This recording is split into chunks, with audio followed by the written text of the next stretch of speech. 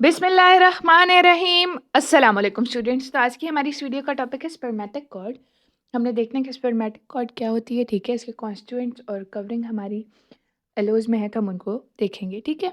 और इसकी डायग्राम भी देखेंगे ताकि समझने में आसानी हो, ठीक है। तो स्पर्मेटिक कॉर्ड क्या है? कलेक्शन ऑफ स्ट्रक्चर्स है इन 3 डिफरेंट कवरिंग्स, ठीक है, जिसकी वजह से ये कॉर्ड की शक्ल इख्तियार कर लेती है।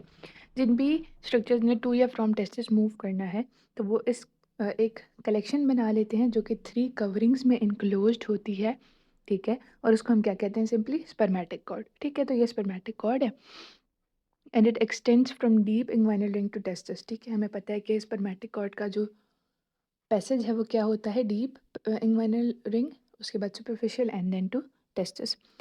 इसके बाद आ जाते हैं इसके कॉन्स्टिट्यूएंट्स पे। कॉन्स्टिट्यूएंट्स करना आसान है, क्यों? क्योंकि 3 आर्टरीज होंगी, 3 नर्व्स हैं, 3 अदर स्ट्रक्चर्स को याद रखना है, ठीक है।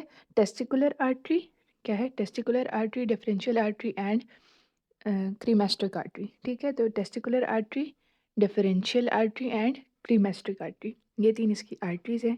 और 3 ही नर्व्स को याद रखना है, ठीक है।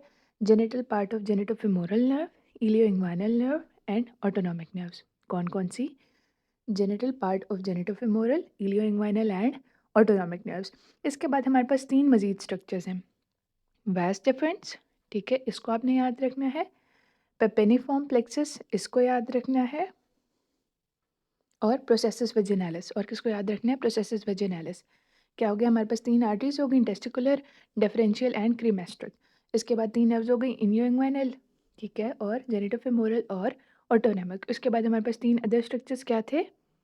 Very good. हमारे पास है वास डिफरेंस, ठीक है। इसके बाद हमारे पास प्रोसेसिस वेजिनालिस है और पेपिनिफॉर्म प्लेक्सस है। अब आ जाते हैं इसकी कवरिंग्स पे। कवरिंग्स हमारे लिए पढ़ना आसान होगी अगर हमने पढ़ा हुआ होगा सुपरफिशियल और डीप इंग्वाइनल रिंग्स के कॉन्सेप्ट को अच्छे से। हमें पता है कि जो सुपरफिशियल इंग्वाइनल रिंग है, ठीक है, वो फॉर्म हो रही होती है एक्सटर्नल ओब्लिक के एपोन्यूरोसिस में, ठीक है।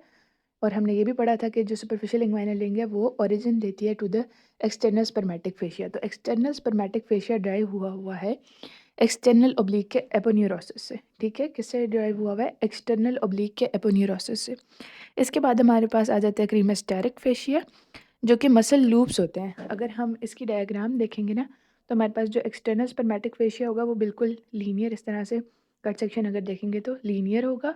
और इसके बाद जो क्रीमेस्टेरिक फेशिया होगा ना, ये in the form of loops होगा। जैसे हम मसल्स ड्रॉ करते हैं ना, स्क्वेमस मसल्स ड्रॉ करते हैं, उस तरह की शक्ल में होगा, ठीक है। Muscle loops constituting cremaster muscle drive from internal oblique and transversus abdominis, ठीक है। ये किससे ड्राइव हुआ हुआ है? Internal oblique and transversus abdominis, ठीक है। अगर हमें लेयर्स याद होंगी ना तो बहुत आसानी हो जाएगी। जैसे अगर मैंने कहा कि एक्सटर्नल जो स्पर्मेटिक फेशिया है वो किससे ड्राइव हो रहा है? एक्सटर्नल ओब्लिक से। जो क्रीमेस्टेरिक फेशिया है वो किससे ड्राइव हो रहा है? इंटरनल ओब्लिक और ट्रांसवर्सस एब्डोमिनस से। और जो इंटरनल स्पर्मेटिक फेशिया वो किससे ड्राइव हो रहा है? From fascia ट्रांसवर्सालिस, of course. Transversus abdominis के बाद फेशिया ट्रांसवर्सालिस आता है। और हमने डीप इंग्वाइनल रिंग में पहले ही पढ़ लिया हुआ है कि जो डीप इंग्वाइनल रिंग है वो जो है ओरिजिन देती है to the internal spermatic fascia, ठीक है। तो ये बहुत ही ईजी टॉपिक था। Okay, so that's all for today. I hope you find this video useful. Stay tuned and get subscribed to my channel furthermore. Don't forget our Palestinian brothers and sisters in your prayers.